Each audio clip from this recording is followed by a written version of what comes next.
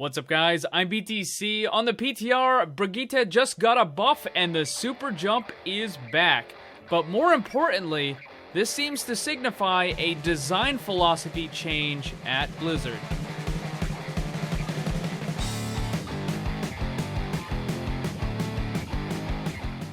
Before we get into the Brigitte changes, the animation team at Blizzard had a little fun with Mercy.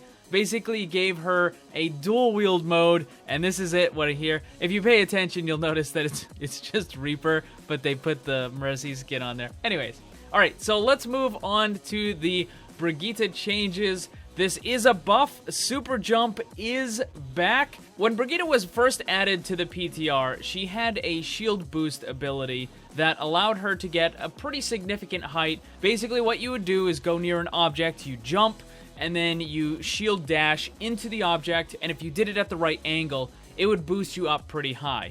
And when I say pretty high, I mean it was ridiculous. You could actually get over the Junkertown wall. That's how high up that Brigitte could get. So Blizzard ended up nerfing this, and they made it so that the shield boost just didn't work at all. There was almost no vertical movement whatsoever. However, they just did an update to the PTR, and they put the shield boost back in.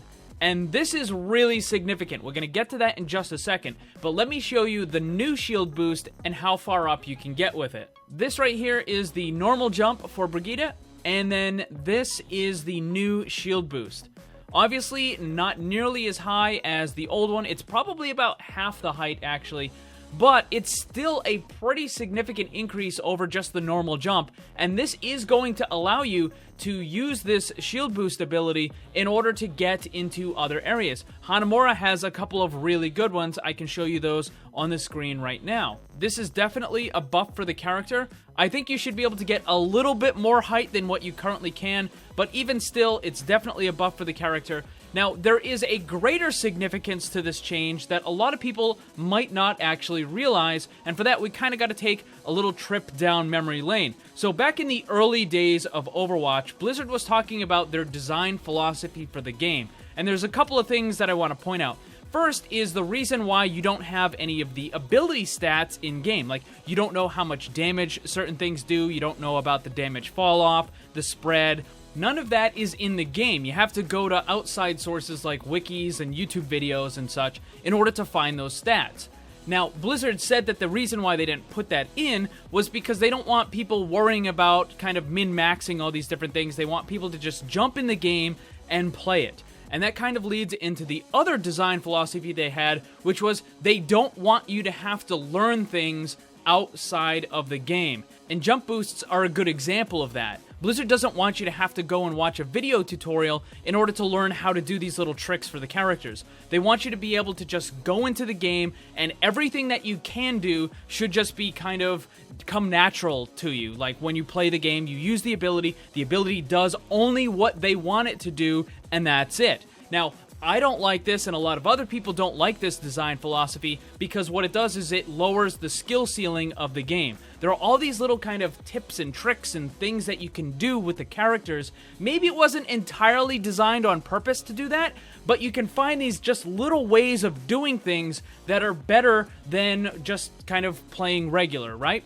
The fact that Blizzard had that philosophy back in the day, and now what they just did with Brigitte is the complete opposite. So they had an unintended shield boost in the game where you could jump up really, really high in the air because of the boost mechanic. Then what they did is they came in and they completely removed it entirely. But then they came back and said, you know what, we're going to actually put that back in the game. We're not going to make it as strong as it originally was, but we're going to put that kind of unintended mechanic, that shield boost, back in the game. And that's awesome! Because that means that Blizzard is now kind of opening up to the idea that you can use abilities and you can find these little kind of tricks and things that may not come perfectly natural to a beginner in the game, but they allow for the more experienced players, and I'm not even talking about pros here, guys. I'm talking about just the regular casual player who has, you know, a bunch of hours in a character, and then he might discover something, or he might find like a little tutorial or something, and then he can start applying that to his own gameplay. So this is almost a complete reversal of what they originally were doing. And I think that's great. And I wanted to point out the significance of that because I think a lot of people might miss it. Also, I think it's important to point out the fact that they intentionally put Brigitte's shield boost back into the game means that there is very little chance, I would think, that they're going to end up removing the Fade boost for Moira, or they're going to remove the Rocket Punch boost for Doomfist. So I think that they're going to allow that stuff to stay in the game. And you know what? They might even start adding more of this stuff to new characters or to new abilities, which again, I think is awesome. So what do you guys think about them adding the super jump back in? And what do you think about Blizzard now being more open to having these little tricks in the game? Let me know down in the comments. Thanks for watching. Make sure to check out my Discord server. Follow me on Twitch and Twitter. The links for that stuff are down below. And remember, always blame the controller because it's never your fault. Also, special thanks to all my Patreon supporters for helping to make this all possible. If you'd like to see what kind of cool rewards you can get for supporting the channel, check the links on screen and down below.